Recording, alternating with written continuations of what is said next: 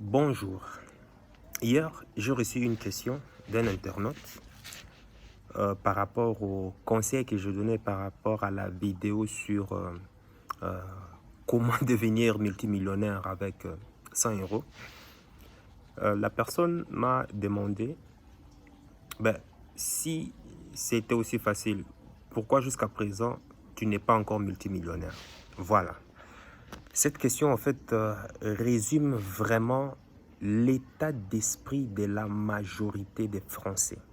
Parce qu'il n'y a qu'en France, enfin, il y a aussi d'autres pays, mais c'est surtout plus la mentalité francophile, les francolâtres, un francolâtre a toujours, enfin francophile, je ne sais pas si ça s'est dit, mais en tout cas, l'état d'esprit, en gros, c'est ce que je veux dire. Vouloir toujours s'empresser. Et c'est là même la mentalité, l'état d'esprit des pauvres. Pourquoi? Parce que dans l'état d'esprit des francophones, en fait, avoir beaucoup d'argent se résume à il faut que ton compte soit, si tu es millionnaire, tu dois avoir des millions dans ton compte en banque. Si tu as des millions, tu dois avoir des millions cachés sous ton lit. Voilà ce que j'appelle l'état d'esprit des pauvretés. Et ceci, dû encore à c'est la conséquence de l'éducation, du cercle familial, des médias, de l'environnement. Bref, tout ceci, voilà, contribue à justement conditionner les esprits des gens.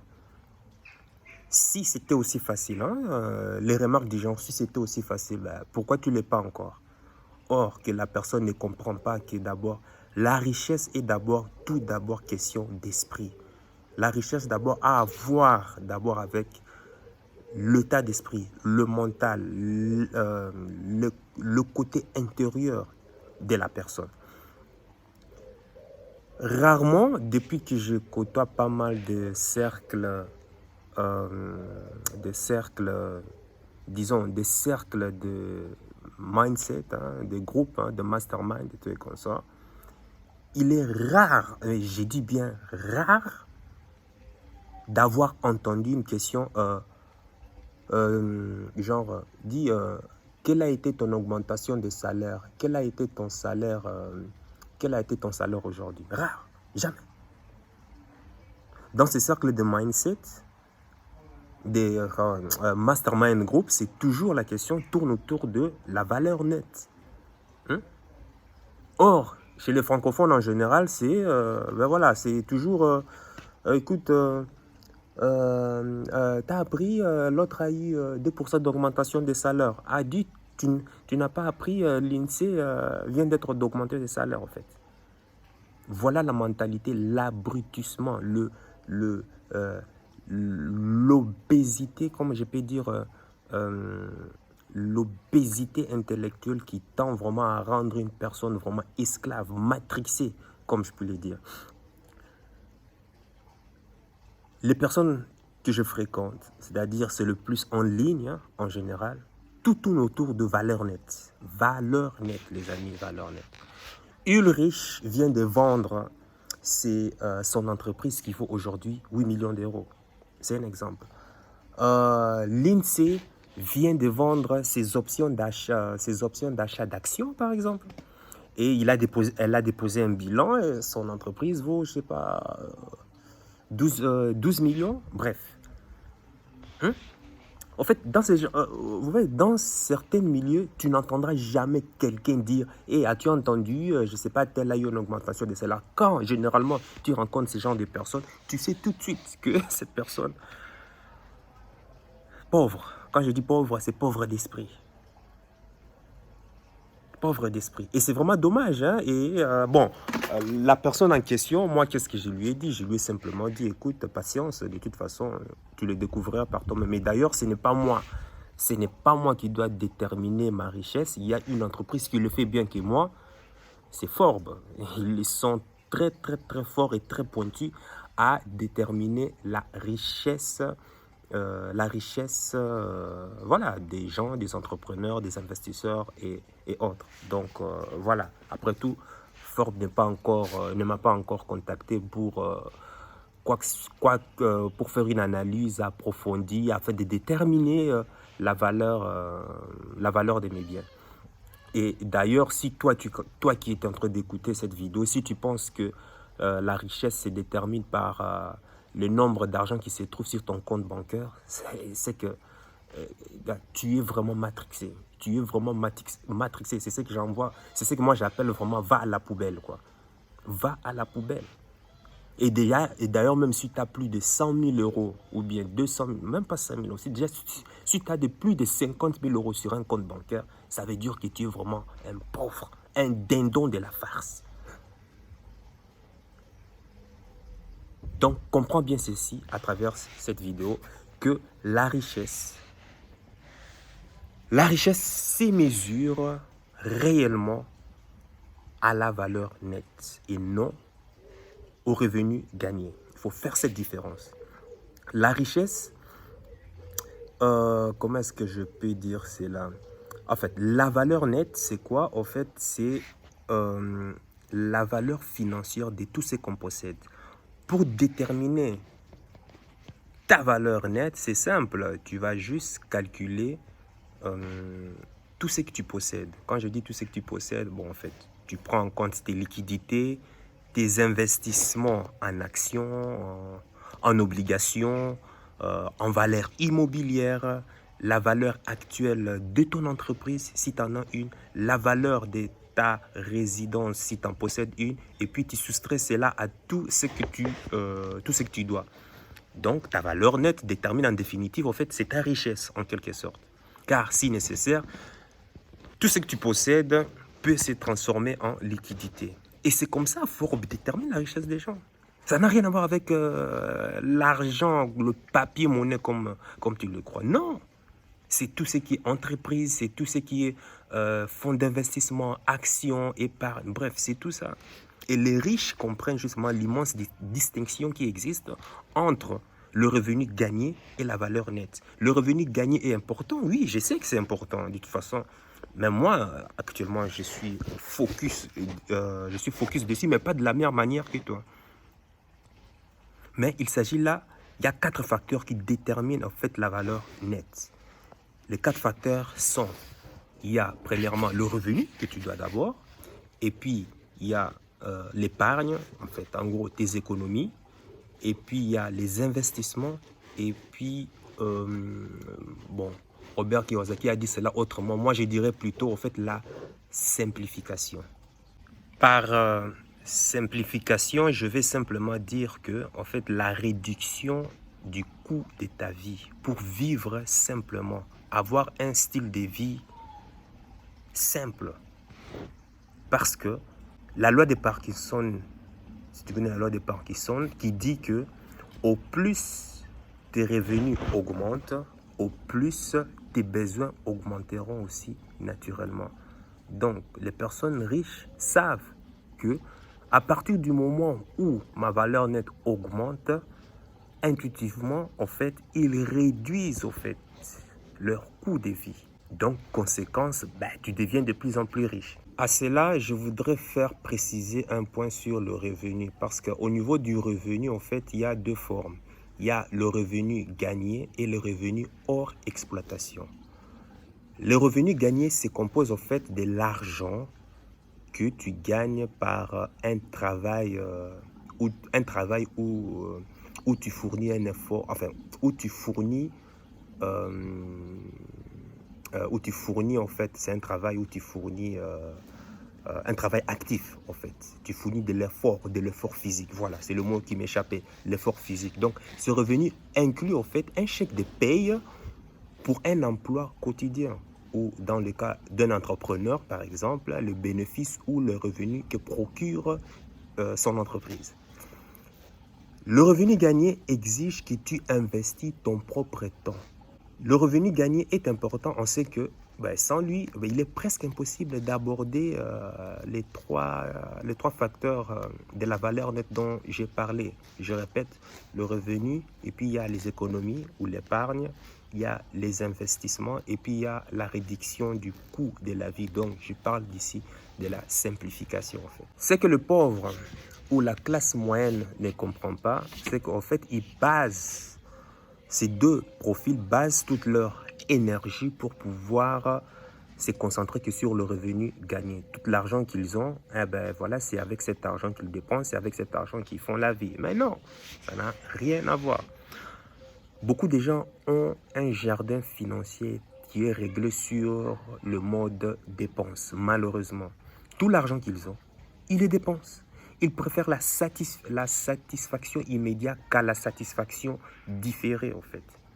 Et généralement, vous verrez, les dépensiers, ils ont généralement 3 devises. Enfin, 2 devises. Ce n'est que de l'argent, par conséquent, je dois profiter de la vie. Ce qu'ils ignorent, c'est qu'ils n'en ont pas de toute façon beaucoup.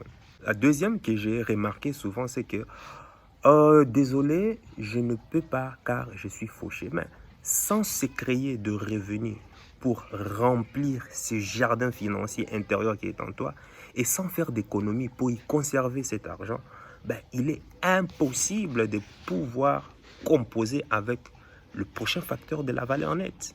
Dorénavant, à chaque fois, tu te retrouveras en face d'une personne qui te pose, mais si ces conseils que tu es en train de donner, pourquoi est-ce que tu n'es pas riche? Pourquoi est-ce que tu n'as pas ceci? Tu sais déjà automatiquement que c'est un état, c'est une personne pauvre en fait. Il n'y a que les pauvres qui ont cet état d'esprit. Et d'ailleurs, je le dis, j'ai même connu une fille aussi comme ça. Elle s'empressait toujours de vérifier mes comptes bancaires pour voir ce que, ce que j'avais en fait. Et à chaque fois, elle était toujours surprise. Un de mes comptes, elle était toujours surprise. Elle m'a dit, comment ça se fait que ton compte, il n'y a que quoi, 200, 300, 400, 500 euros. Pourtant, j'entends que, que tu dois avoir des millions par-ci, gauche à droite et autres. Je lui réponds, en fait, cette fille-là, je l'ai zappée. Enfin, je l'ai zappée. Enfin, quand je dis zappée, next, ça a été next des suites, quoi. En fait, ça m'a tout de suite montré dans quel état d'esprit, dans quel état d'esprit émotionnel et surtout financier elle s'est trouvée. Je l'ai zappée, mais ça c'est une autre, histoire en fait. Je vis simple. Je dis que je n'ai pas encore atteint mes objectifs. Non, je vis de manière simple. Pourquoi? La majorité des gens, des Français, attendent à ce qu'il faut que ça tape de l'œil. Il faut que ça s'achète des Ferrari, il faut que ça s'achète des bling-bling, des l'or. Mais non, ces gens-là, ce sont des parvenus. Attention, je ne dis pas qu'il ne faut pas s'amuser. Je ne dis pas qu'il faudra faire du tape à l'œil. Si ça correspond à ta personnalité, tu le fais. Même moi aussi, je le ferai. Mais moi, je le ferai lorsque j'estimerai que, ben voilà, je dépenserai simplement 0,25% de ma valeur nette. Imaginons par exemple, si j'ai par exemple, disons que si j'ai 100 euros, donc 1% des 100 euros, ça fait 1 euro. Et qu'est-ce que je vais dépenser? Ben, je vais dépenser simplement 0,25 cents pour pouvoir m'acheter tout ce qui est bling bling, s'amuser, faire des genres de trucs et autres. Lorsque j'arriverai à ces niveaux, oui, je le ferai. Bon, maintenant, tu prends 100 euros, maintenant, tu le multiplies par 1 million. Bref, tu as une idée de ce que je vais dire, en fait. La classe moyenne et les pauvres, en fait, tout l'argent qu'ils gagnent à travers le revenu, justement, qu'est-ce qu'ils font? Ils dépensent la moitié, ils dépensent plus de la moitié, 70, 80, 90%, voire même rien, toute la totalité, pour des plaisirs, en fait, pour de la gratification immédiate. Et moi, j'ai été frappé lorsque mon mentor me dit que non, en fait, il faut apprendre à se contrôler. Tu dois contrôler l'argent. Il faut apprendre à vivre de manière à recevoir de la gratification différée, en fait. Je dis, waouh, c'est quand même dur, hein? Voilà. D'où l'importance de l'état d'esprit. Ça commence déjà par là. Et je disais, à l'époque, je me souvenais, j'étais en conférence avec un des mentors de Jean. Je disais, mais écoute, qu'est-ce que je vais économiser? Gratification différente, ok. On m'a montré certaines stratégies pour apprendre à gérer bien mes finances. Notamment, parmi la stratégie, c'était de pouvoir se créer un compte qui ne servira qu'à épargner de l'argent en vue envie de la, comment on appelle ça, envie des investissements et autres. Et puis un autre compte financier, juste pour l'amusement. Les Américains s'en foutent. Un autre compte financier juste pour l'amusement. Tout est question d'équilibre, les gars. Ouais, on ne dit pas aussi... il ne s'agit pas seulement d'épargner, c'est privé, c'est privé. Non, il faut aussi s'épargner, c'est privé, oui, mais en même temps aussi s'amuser. Et moi, j'adhère plus à cet état d'esprit, en fait. Faire le deux, avoir toujours les deux options. Voilà, c'est ça qu'on appelle l'esprit d'abondance. Bref, et je disais, mais je n'avais rien, je n'ai pas de revenus, je n'ai pas ceci. Il a dit, tu n'as pas besoin d'avoir beaucoup. Hein. Tu dois commencer avec le peu que tu as. Et le peu que tu as, j'ai dit, mais écoute, tout ce que je paie actuellement, c'est de pouvoir mettre de côté 1 euro par mois. Imagine dans la galère que j'étais. Enfin, dans la galère que j'étais. À l'époque, je disais, mais tout ce que je paie, c'est 1 euro par mois.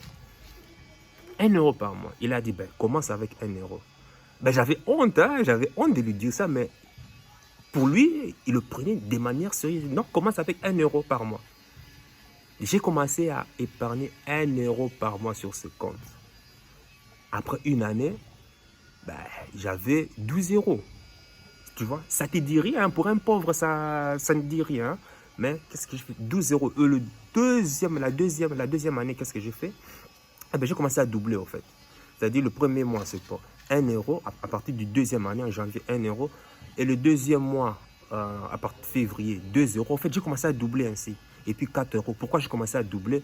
Parce que ma situation commençait plus ou moins à s'améliorer. Et à la fin de l'année, imagine 1 euro, 2, 4, 4, 8, 16, 32. Et j'ai commencé à continuer ainsi, petit à petit. Et jusqu'à avoir totalisé, en 2 ans, j'avais totalisé une espèce de, je ne sais pas, 6 000 euros. Et avec ces 6 000 euros, j'ai été capable de pouvoir déjà m'acheter des formations, des livres et aussi placer cet argent dans des plans d'investissement, notamment en immobilier. Mais ça, c'est d'autres stratégies. Mais à l'époque, on s'est moqué de moi. En fait, quand je dis on s'est moqué de moi, c'est mon entourage actuel s'est moqué de moi. 1 euro. Il dit, mais gars, tu es en train de rêver, qu'est-ce que tu vas faire avec ça? Mais ils ne savent pas comment transformer le peu qu'on a en une richesse vraiment incroyable.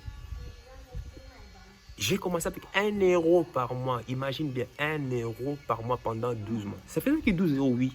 Parce que j'étais dans les difficultés, je suis désolé. J'étais dans les difficultés. Peut-être toi, tu es plus mieux que moi à l'époque, mais moi, c'était ma possibilité. C'est comme ça, il fallait. C'était mon conditionnement, en fait. C'est la deuxième année que j'ai commencé à doubler, en fait. 1 euro fois 2, 4, 8, 16, 32, ainsi de suite, j'ai commencé à monter. Et aujourd'hui, avec le temps, ben, l'investissement que j'ai dû faire il y a de cela 4, aujourd'hui, quand on estime la valeur est le triple de ce que j'avais investi. Sur les 6 000 euros, je me souviens, j'avais pris que 3 000. Ouais, j'avais pris que 3 000. J'ai dû investir. Et aujourd'hui, ça vaut plus de 3. C'est peu, mais c'est quand même quelque chose. Je parle de la valeur qui vaut plus de 3. Et j'en ai multiplié comme ça, fois 10, fois 20, fois 30. Tout est question d'état d'esprit.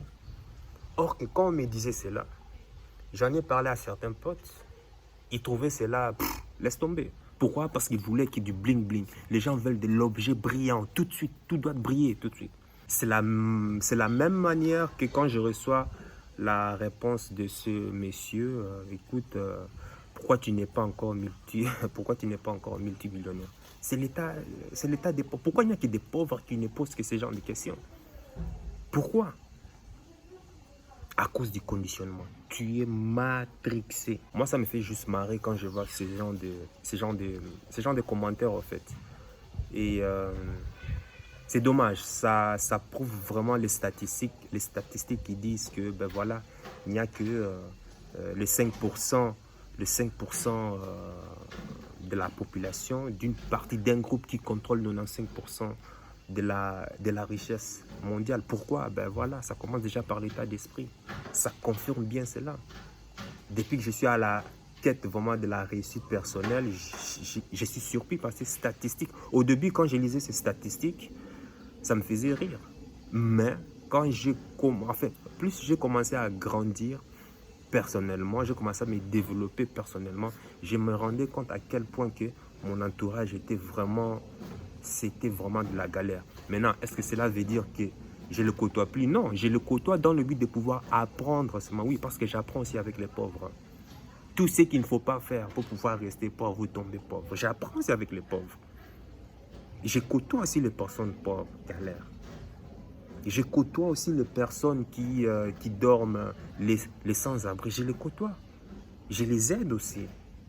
Donner la nourriture, je n'ai pas encore fait, mais par contre, donner de l'aide, de l'argent, tout ça, ça, je le fais quand j'en ai envie. Et d'ailleurs, même, je discute avec. Je le paie à boire, on s'assoit, on mange, et tout et qu'on sort. Ben, je leur pose des questions. Comment est-ce que tu en es arrivé là? Qu'est-ce que la personne pense de la vie? J'apprends beaucoup aussi avec les pauvres. Et ça me donne une leçon pour ne pas retomber dans les mêmes erreurs qu'ils ont fait.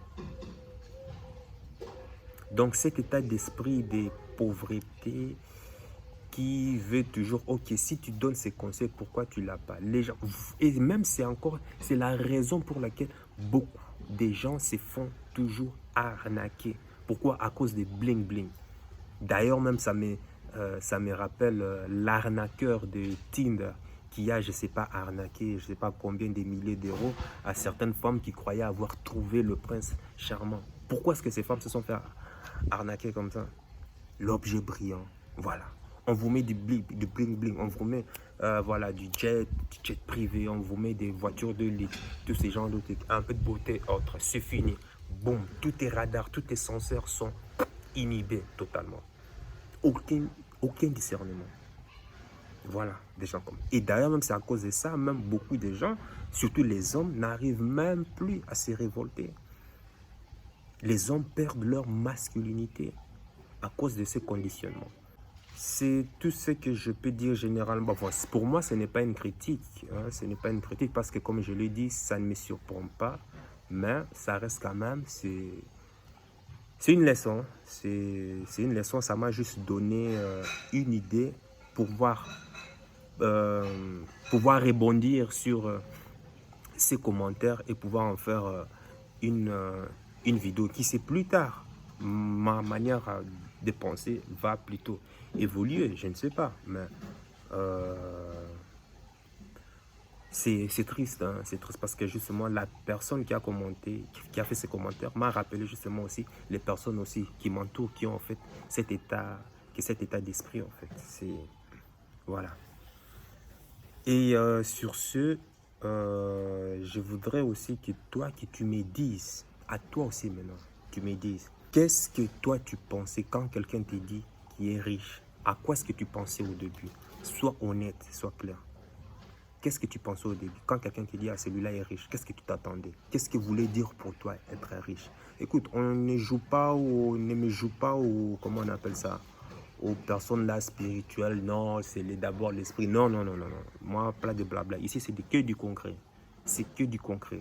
Qu'est-ce que tu pensais quand on te disait que cette personne est riche? Est-ce que tu savais déjà que quand Ford détermine la valeur, détermine par exemple si Elon Musk est l'homme le plus riche au monde, est-ce que tu savais que ça n'avait rien à voir avec le nombre d'argent qu'il a dans son compte bancaire? Est-ce que tu le savais?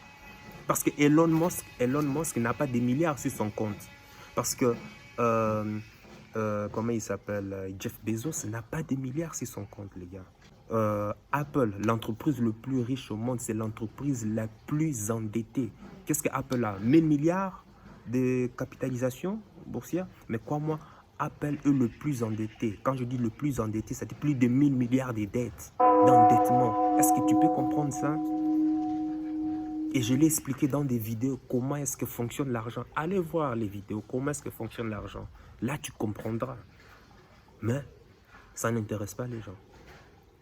Ça n'intéresse pas les gens. C'est un peu comme j'avais vu un post qui circulait sur les réseaux sociaux.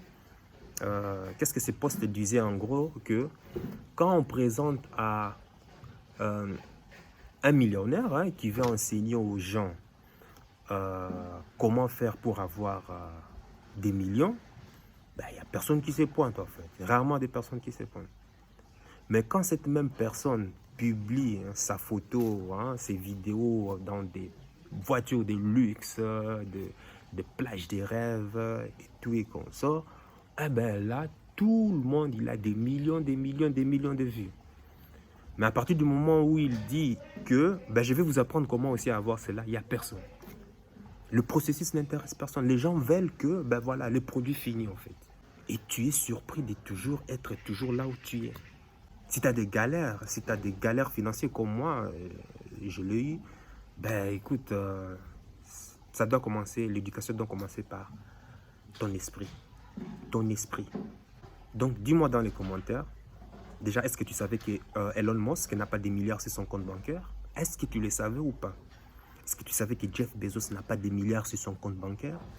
Dis-le-moi dans les commentaires et donne-moi ton point de vue. Peut-être que tu as un point de vue différent.